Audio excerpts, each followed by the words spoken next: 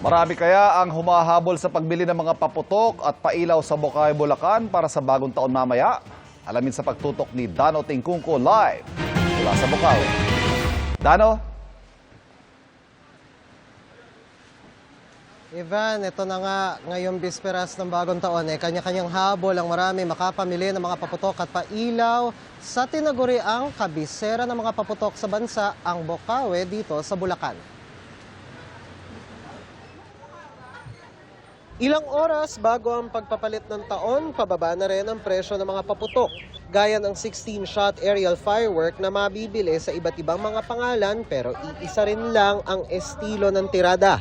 Gayon din ang medium-sized tube fountain. Kung gustong makarami o kaya'y nagtitipid, meron ding mas maliit na nagsisimula sa 50 hanggang 150 pesos. Pero may pangamba pa rin ang ilang tindero. Kahit sunod-sunod kasi ang dating ng mga nagka-canvas at namimili, posible pa rin daw kasi na hindi maubos ang kanilang mga tinda. Inaasahan po talaga namin na dadami at lalakas, kaya lang hindi po nangyari. Bagsak presyo na nga, sir. Pero ang tao pa rin, ayan, nakita nyo. Dati hindi mahulugang karayong to sa dami, ngayon talaga nakita nyo naman, kokonti lang. Wala naman po kami, sir, magagawa kasi wala naman po talagang bumibili. Talagang ibabalik na lang po talaga to sa bodega. Pero kung ang ibang mga tindero ang tatanungin, hindi pa man naaabot ang dating lakas at sigla ng bentahan, hindi raw maikakailang mas nakakabawi sila ngayong taon kumpara noong 2022. Maraming bumibili kasi mas mura ngayon kaysa last year. Nagmura ng konti kasi last year po mahal talaga Nag-umpisa ng pandemic Doon nagmahal. Yung materialis ng mga fireworks.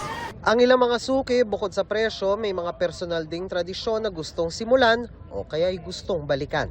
Pinili namin to para dun sa dalawang anak namin. Lalo na yung isa, yung bunso namin. First time niya dun sa house niya na mag-New Year. Kaya gusto niya dun kami sa kanila. Doon tayo sa hindi pinagbabawal. Tuwing bagong taon naman lagi natin ginagawa yan. Natural, kung yan ang tradisyon, para magandang pagpasok ng bagong taon.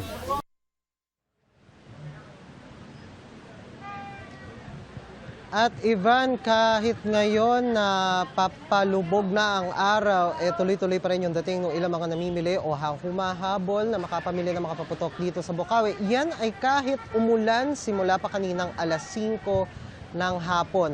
Meron ding ilang mga tindahan dito na bukas, bagamat yung iba maaga nang nagsara. Ang mga pulis naman ay nakabantay sa paligid dito sa tindahan ng mga paputok sa Bukawi, kung saan palagi nilang paalala, bawal ang paninigarilyo at testing ng paputok dito sa lugar. At bago tayo magtapos, Happy New Year sa inyo dyan, Ivan. Happy New Year sa iyo at sa iyong team. Maraming salamat, Dano Tingkungko.